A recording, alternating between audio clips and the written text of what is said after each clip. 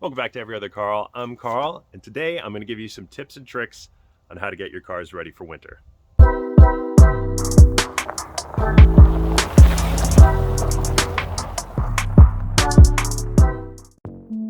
The first thing I like to do is wash and wax my cars before winter. This gives the cars a little bit of protection, and also it's just hard to wash your car during the winter.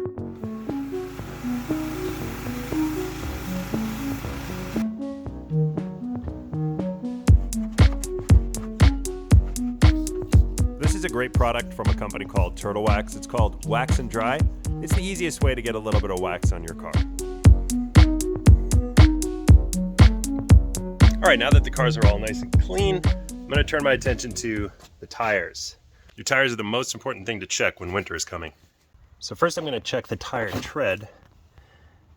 Make sure there's enough tread to forge through the snow.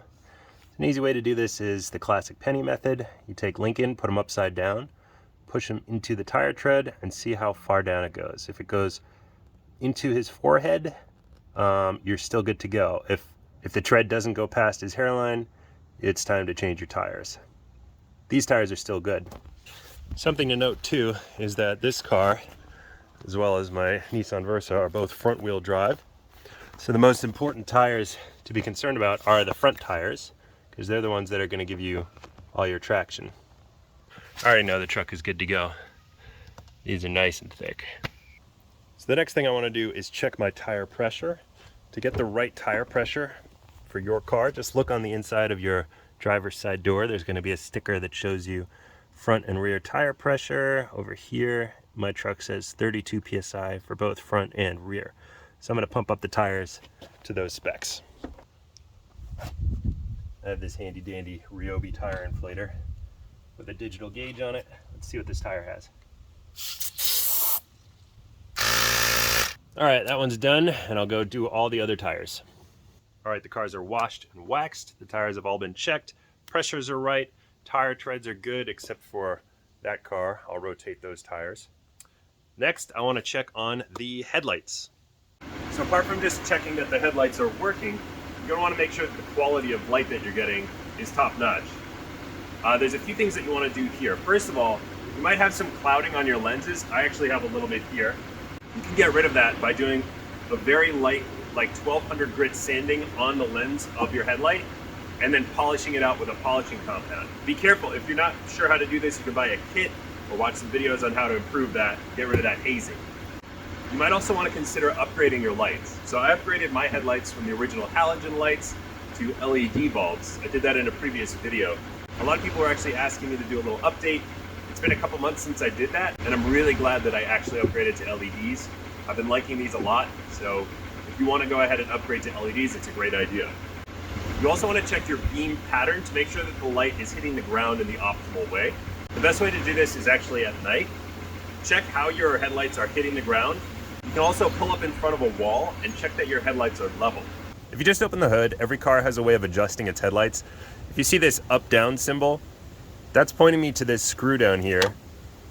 I can simply just put my screwdriver there and turn it and adjust the headlight beam up or down. All right, now that we're under the hood, there's a few things that you want to check. First, an easy one, make sure your vent is clean of leaves, especially in the fall. This area right behind the hood is going to fill up with leaves. That's where the air intake is for your heater. It can restrict the airflow. Also, it can give you a bit of a foul smell if they get kind of moldy. So I'm just going to clear that out with a little leaf blower. All right, the next easy thing you want to do is check your fluids. Make sure you have enough oil. See if it's dirty, you might even be due for an oil change. Check your coolant levels. That'll most likely be the biggest reservoir in your engine bay. Make sure that you have enough coolant. Antifreeze coolant is what also runs your heating system. So if you're low on coolant, your heat is not going to work. Make sure that your brake fluid reservoir is full. You can check your power steering fluid and also your transmission fluid. So the next thing you're going to want to check is your battery health. So in the cold weather, your battery is going to struggle a lot more to crank the starter. So it's good to make sure that your battery is healthy. You can get a general idea of your battery health just by turning the ignition on and seeing how quickly the engine starts. If it's really struggling and slowly turning the starter over, it's a good idea to get your battery checked. If it starts up immediately, your battery's probably good.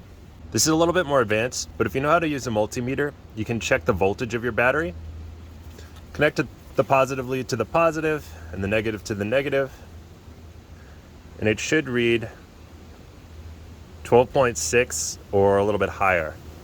So this one is healthy, but also check it as you turn the engine on. The battery shouldn't drop below 10. Let's see what this battery does.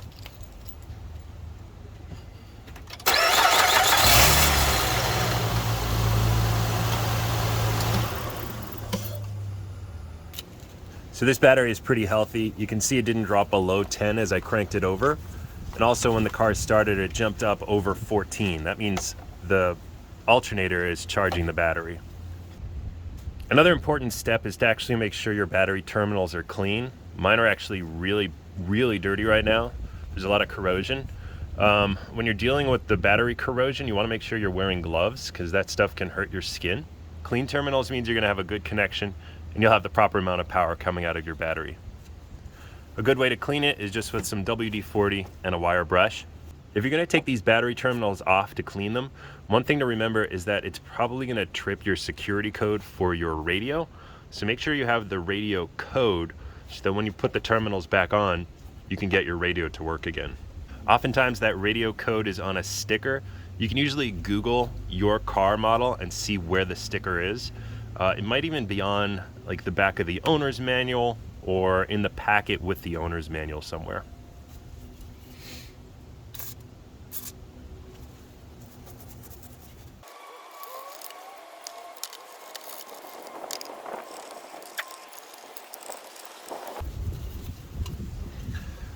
There we go, that's a lot better.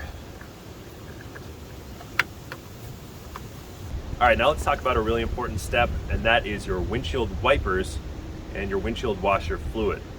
So when it's sleeting or snowing, you're gonna be using your washer fluid a lot and the wipers, and also they're gonna be going over a rough surface on your windshield because of some ice or whatever it is. So you wanna make sure the wipers are in really good condition.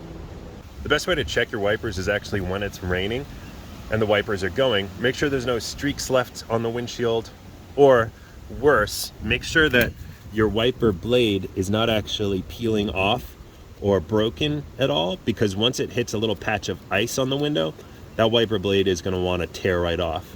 So if your wipers are looking good, it's time to check your washer fluid. Most of the time you'll see blue washer fluid. That stuff will generally melt ice, but in the winter you can switch to an orange washer fluid. This stuff will do a better job of melting ice. And also if you get the one from Rain-X, it leaves a little bit of a coating on your windshield, kind of a wax coating that helps water bead up and flow off of the windshield much easier. This is my washer fluid reservoir. I'm going to make sure it's nice and full.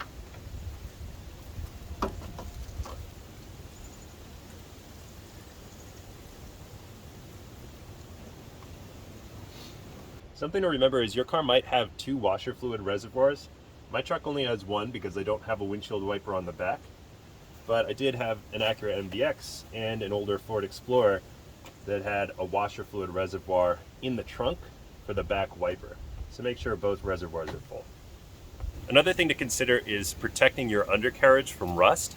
Here in the Northeast, they use a lot of salt on the roads, and that can really lead to rusting on the undercarriage. In a previous video, I remedied a bunch of the rust underneath this truck, but I want to check it before the winter comes. 2 things I like to use on the undercarriage are some high heat Rust-Oleum on the exhaust components. They get really hot and this stuff won't burn off and it'll protect those components from rust. Another product is fluid film. This is a waxy substance. It's good to spray it in like holes in your undercarriage or joints where 2 pieces of metal are welded together. And it can really help keep water from getting onto the metal itself in the first place. I'll put some of this high heat Rust-Oleum on the muffler. And then inside some of these holes in the frame, I'm going to spray some fluid film.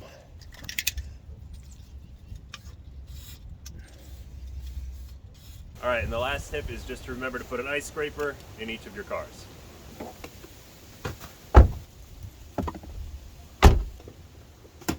All right, that's all I got. If you have any questions or comments, leave them in the comments section. If you like the video, like the video. Until next time, I'm Every Other Carl, and I'll see ya.